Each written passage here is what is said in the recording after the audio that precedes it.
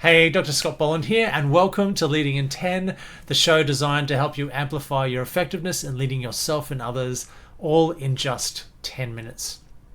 Now, change is hard, whether it's breaking bad habits or building new ones. Most of us struggle to make it stick. So, what's really going on? Today, I'm joined by Dr. Nicole Lee, psychologist, addiction expert, and founder of 360 Edge. Nicole has spent decades helping people break free from deeply ingrained patterns of behaviour, and what she's discovered goes far beyond willpower. We'll unpack the neuroscience of habit change, the power of small wins, and how designing your environment can be more effective than relying on motivation alone. So if you've ever wondered why change is so tough and what to do about it, this episode is for you. Thanks for joining us, Nicole. Thanks for having me, Scott. So the first question, obviously, is why is change so difficult? That's a good question. I think there's lots of things that go into changing. And I guess the first thing is if you're trying to change a habit or stop a behavior or start a new behavior, you've already got like neural pathways that are already ingrained and automated to do certain things. And then when you try and change them, those neural pathways are like, no, thanks. I want to go back to, how we used to do things. The paths that are already well formed in your brain are the ones that needs to go down, and the ones that are very lightly formed are much harder, and you have to practice and practice in order to get those bigger. So there's that bit of it. And so if I can summarize what I'm hearing, it's that a lot of our behaviors are subconscious in a way, shaped over a lifetime of experience. And so to undo that habit actually takes a lot of effort. Yeah, that's right. And most people try to make change just by sheer willpower. And that's one possible pathway, but it doesn't last very long. So it is that willpower takes work and it doesn't necessarily work all that well. Yeah, it works fine if it's just a small task like emptying the dishwasher, or you can force yourself to do that. It only takes minutes. That's as long as your willpower is going to last for. But if you had to, say, clean the whole house, your willpower might not last long enough to do all of that. So I'll pull up a model called the Beckett-Harris change equation, but it's basically a simple model of what are the elements required for effective change. So it's D times V times F, which is dissatisfaction times vision times first steps. So you need all of those to be motivated, and that has to be greater than resistance, which is the obstacle that's in the way. And this model is fairly agnostic. It's not telling you how to unpack these factors or what do these factors actually entail. So that resistance, it might be internal. There might be some sort of habit that's already pre-existing that you need to overcome. It might be internal assumptions that are incorrect that are holding you back, or it might be environmental. So just with this in mind, I'm keen to hear more about your work, because a lot of your work is around getting people to change their behaviors. So can you talk a little bit about what your role is, what sort of areas you work in, and what are some of the processes that you put in place to help people change? Yeah, I'm a psychologist by training, and I still work in the drug and alcohol field, particularly around addiction in the treatment sector. And so that is a habit that is quite hard to break, even if you're not a very heavy drinker, for example. If you think about not drinking at all for the next 20 years, then that's quite hard, even for a light drinker. And with drugs and alcohol, there's a chemical kind of hook, and there's all these other psychological hooks that we're talking about as well. I think a lot of habits work on the same neural pathways, don't they, in terms of reward centers that your brain's trying to optimize for, and you get stuck in the same sorts of habits that you would if you were an addict in some sense. Yeah, that's right. And it is exactly the same mechanisms that holding any kind of compulsive behavior or obsessive behavior in place. things like scrolling social media, we're just gravitating towards it because we're getting the endorphin hit from that, and it's shaping our behavior in some way that is very similar. And it is detracting from our lives in a whole range of ways. It's interesting. Yeah, I think I just want to step back and think that even a lot of the mundane things that we do that's impacting our performance and happiness is in some sense around this addiction pathway. Yeah. We gravitate towards things that are pleasurable, and they might not necessarily be things that are good for us in the long term. Any behavior change, as you said, it follows the same processes, really. And many people who come into drug and alcohol treatment don't necessarily want to change their drug and alcohol use, but they Yeah. want their lives to be better in some other way. And so sometimes you're not Okay. even dealing with drug and alcohol use. They could probably, sometimes they can just stop that on their own and they're fine. But it's these other Okay. things that they want to change because maybe that's keeping them in that cycle. So it's not, so drug and alcohol work is really interesting because there may be like mental health issues, there may be housing issues, there may be family issues, there may be a whole load of like personality or temperament type of issues that are all impacting on whether someone can change or not. It's not just about Okay. the drugs. That's interesting. Yeah. So there's that environmental and situational component Yeah. that's reinforcing the habit in some way. Yeah. Yeah. So you have to take a more holistic approach in looking at the situation. Yeah. And it's not just one strategy. That there's no one size fits all for a start. And there's not just one strategy that you would go down. It's not just like motivational interviewing or behavior management, or there's got to be a little bit of everything. Yeah. So as you said, not one size fits all. Looking at the particular person and their situation, there might be a range of strategies. So what are some of your go-to strategies in your line of work? I think if I just talk a bit more broadly first, I really like the work of Mark Lewis, who was a neuroscientist, and he had an addiction himself to heroin and a whole range of other drugs.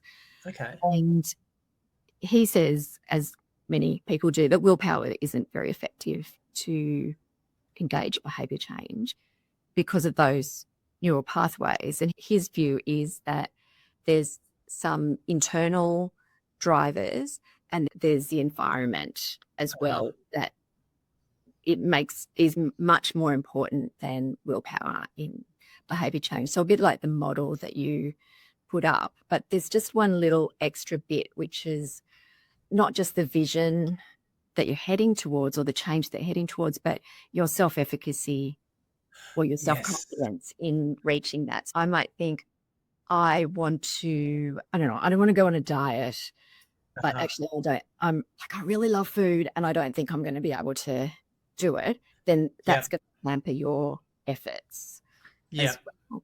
And it also needs to align with your values. So it has to be important enough for you to work towards it. Because it's possible to want to be different, but not have the motivation to do the work in between that leads to being different in some way. Yeah. So that self-efficacy is an interesting one. So in terms of, it's the idea, I have this vision, but from previous life experience, I haven't ever achieved this before. So my motivation is going to be low because I don't really buy into that vision in some sense. So I don't really know that. So that's that interplay between action and vision. It's like through doing successful action, that self-efficacy grows. That's and that will so it's hard to buy into that vision to begin with. So I think in terms of that model, that resistance to change is probably that lack of self-efficacy of how do I overcome that as a path of resistance. It's okay, we give you micro behaviors to start building up that muscle of saying, what can you have control over and move in that direction. Motivational interviewing people talk about confidence and importance being two important things. So if either of those out of whack, then the change is going to be really hard. You're probably using power more than you need to, and therefore you don't end up with the change that you want. Yeah. So I think there's a really important nugget of wisdom there. It's like small wins. You've got this highly ambitious goal. You don't know if you can achieve it. It's let's just start small, build up momentum, see what I can accomplish in that direction. And that will boost your motivation over time. I don't know if that makes sense. Yeah, no, that does make sense. And then you've got that external motivation as well. So the very first thing we would do with someone who came into treatment is to get them to monitor whatever it is that's going on, so we can see Yep. if there's any patterns that are holding that behavior in place or that trigger the behavior that they want to change. And then the next thing is just to put some behavioral things in place that make it either easier to change or harder to engage in the existing behavior. Yeah. And sometimes it's just a matter of changing your environment entirely. If you're trying to cut back on alcohol, don't have alcohol in the house. Yes. Or Yeah. if you're trying to read a report and you're trying to do it on your phone, that's not going to be very easy to do. Get a big screen, and that might make just the environment can also just make change easier. Yep. Yeah. If I could will myself to get a report written or read a report thinking like my boss is going to get off my back, so that's a bit of negative reinforcement, taking away something aversive, and I know it's going to feel good when it's done, and then maybe I say, oh, and when I do it, once I finish it, I'll spend a couple of hours and then I'll go for a walk and have something nice for lunch and reward myself. And so there's that bit of external motivation and environment. But as you said, I might start reading it and think, actually, this is pretty interesting and this is going to be really useful for my next project. And now my internal motivation is starting to kick in because I've pushed myself and put all the scaffolding around to get my to a point where actually it's meaningful to me. I can see how it's useful, it's important. And so that gives me the internal motivation to keep going with it. Yeah. So just coming back to that idea of the environment is in some sense lowering the hurdles that make that habit easier. For example, if I'm trying to learn the guitar and it takes me half an hour to get to my guitar every night, that's a hurdle that I can restructure my environment to make that more available. Same if I'm getting sidetracked by social media every day, can I put a blocker on my phone to make that much harder for me to do? So in terms of it's a design, it sounds to me like it's a design thinking process of unpacking, well, what's actually going on in the environment? And can I start doing experiments shaping, because you don't know if any of this is going to work, of let's try hiding the food or the alcohol and getting my flatmates to lock it up for me. Did it work? Did it not work? And it's that ongoing reflective piece, because thinking your way forward and thinking that if I did this, it's guaranteed to work, it probably won't. But it seems to be that ongoing experimentation with the environment, saying, let's try this. Did it actually help me environmentally? And having that sort of ongoing reflective practice or loop for actually experimenting with what works in terms of those factors. Yeah, that's right.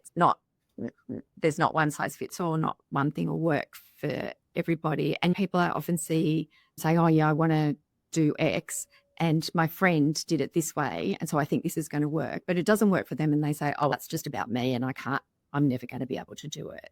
Yeah. Because they've got in their minds that there's one pathway. And if you can experiment and be a bit flexible and try out different things, you're probably going to fail in a lot of them, but find the thing that actually gets you going eventually. Yeah. My son, just as an example, my son was learning flute when he was at school, and he was really good at it, but he never practiced at all. And so we tried all of these things to get him to practice, like setting a timer, me nagging him, all of these kind of structured things. And the only thing that worked was leaving the flute out of its box, sitting right with the stand and the music on it. And then every now and then he'd walk past and he'd pick it up and play for 5 minutes and then put it down. I was like, that's 5 minutes more than you were doing before. Yeah. And the other part of what I'm hearing is resonant relationships. So who else can you involve in the process to help reinforce this environment for you, so you're not doing it on your own.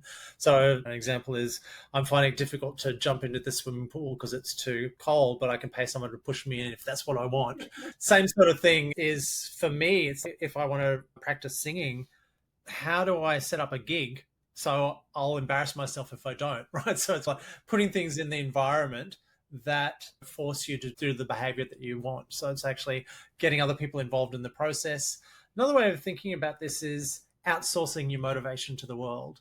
That's right. So you don't have a choice in some sense. Who can you involve in that process that makes it harder for you, to do the behavior that you want, which is where psychologists are actually really useful because they're part of that environmental process thrown into the mix. It's that resonant relationship, having somebody that you can share ideas with, share your motivation with, can help you unpack what those obstacles are.